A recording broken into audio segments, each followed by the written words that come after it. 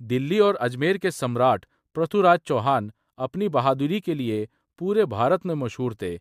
वहीं कन्नौज के राजा जयचंद की बेटी राजकुमारी सम्यक्ता अपनी सुंदरता और बुद्धि के लिए जानी जाती थी। दोनों ने एक दूसरे को नहीं देखा था, लेकिन उनकी वीरता और रूप की कहानियां सुनकर वे एक दूसरे के प्रेम में पड़ गए थे।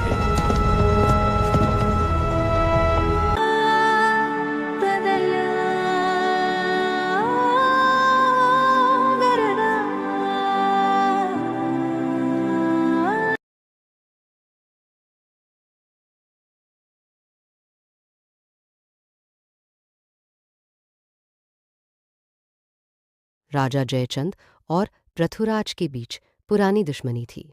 जब जयचंद ने राजसूय यज्ञ और अपनी बेटी का स्वयंवर रखा तो उसने सभी राजाओं को बुलाया, लेकिन चित करने के लिए उसने पृथुराज की मिट्टी की मैं इनके स्तन बास में पटक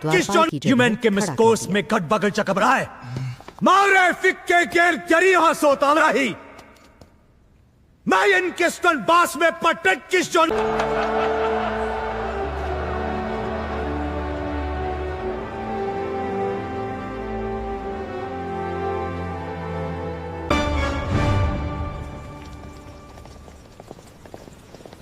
स्वयंवर के दिन सम्यक्ता के सामने देश विदेश के राजकुमार बैठे थे, लेकिन सम्यक्ता ने सबको नजरअंदाज किया और सीधे दरवाजे पर गई। उसने पृथुराज की उस मिट्टी की मूर्ति के गले में वैवाहिक माला डाल दी। उसी समय पृथुराज, जो वहां छुपकर बैठे थे, सामने आए और सम्यक्ता को अपने घोड़े पर बैठाकर सबके सामने से ले गए।